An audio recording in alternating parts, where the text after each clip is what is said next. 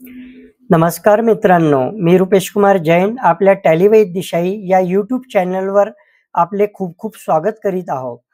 माझ्या आजवरच्या व्हिडिओला आपण चांगला प्रतिसाद दिला त्यासाठी मी तुमचा आभारी आहो.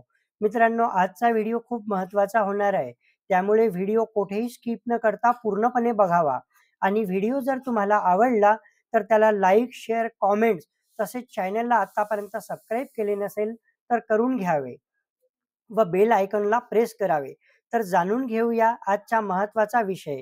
येथे आपण बघत आहे माझा पॉवर पॉइंट प्रेझेंटेशनचा स्क्रीन ज्यावर स्टाफ वेलफेअर म्हणजे कर्मचारी कल्याण.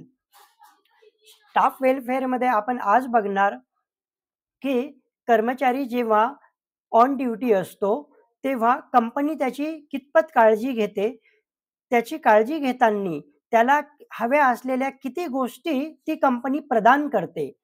तर ऑन ड्युटीवर असल्यावर जर स्टाफला काही कमी जास्त तब्येतीचं काही कारण झालं, तर त्याला वेळोवेळी मेडिकलची सेवा ही कुठलीही कंपनी देते. त्यानंतर कर्मचाऱ्याला हा बोनस देण्यात येतो. दरवर्षी वाटण्यात येतो. दिवाळीनंतर तो बोनस असतो आणि बोनसचा नियम असा आहे मित्रांनो, की कंपनी लॉसमध्ये जरी असली तरीही बोनस हे देण्यात येते. त्यानंतर इन्शुरन्स ऑफ एम्प्लॉयी याचा अर्थ असा आहे मित्रांनो, की जेव्हा कुठलाही एम्प्लॉयी आपल्या कंपनीत वर्किंग करतो, तेव्हा होऊ शकते त्याच्या जीविताला धोका उत्पन्न होऊ शकते. जसे आपण फटाक्याची फॅक्टरी बघतो, सूतगिरणी बघतो, ऊसाची गिरणी बघतो, जिथे बॉयलर असतो, टूल्स, हत्यार, त्यानंतर दारुगोळा, बारूद अशा ठिकाणी जेव्हा एम्प्लॉयी काम करतात, तेव्हा त्यांच्या जीविताला धोका उत्पन्न होऊ शकतो. तर यासाठी कुठलीही कंपनी ई-एस-आय-सीची सेवा तर देतेच. पण जे कोणी एम्प्लॉयी खूपच आत्ता नवीन लागलेले आहे, तर त्यांना स्टाफ वेलफेअर यामधून त्यांना इन्शुरन्स पुरवण्यात येतं.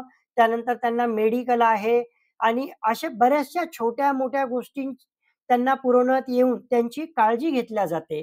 तर इन्शुरन्समध्ये कसं आहे मित्रांनो, यामध्ये मी तुम्हाला एक एक्झाम्पल देऊ इच्छितो, की सपोज कोणी कॅशियर आहे आणि कॅशियर जेव्हा बँकेत कॅश भरायला जातो किंवा मार्केटमध्ये काही खरेदी वगैरे करायला जातो, कंपनीसाठी काही वस्तू आणायला जातो. सपोज करून असं समजा, की तो बँकेत कॅश भरायला जात आहे 4,00,000 5,00,000 रुपये. तर अशा वेळेस कंपनी काय करते, की त्याच्या नावाचा इन्शुरन्स काढून घेते. म्हणजे ॲट कंपनीचं तर नुकसान होणारच नाही, पण ते इन्शुरन्सचे पैसे त्याला कामी येईल.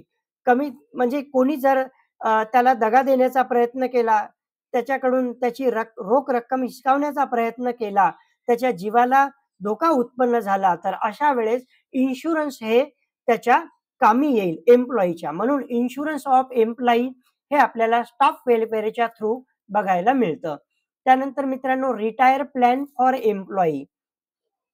एम्प्लॉयी जेव्हा रिटायर होतो, त्यासाठी बऱ्याचशा संकल्पना कुठलीही कंपनी घेऊन येते, की रिटायरमेंट झाल्यावर त्या एम्प्लॉयीला त्याच्या आयुष्यात, भविष्यात त्याला त्रास होऊ नये. जसे की इथे खाली दिलेलंच आहे, की त्यासाठी हेल्थ इन्शुरन्स काढलेला राहील, तो जेणेकरून त्याला त्याच्या आयुष्यभर कामी येणार. त्यानंतर रिटायरमेंट प्लॅनमध्ये काय येतं मित्रांनो, की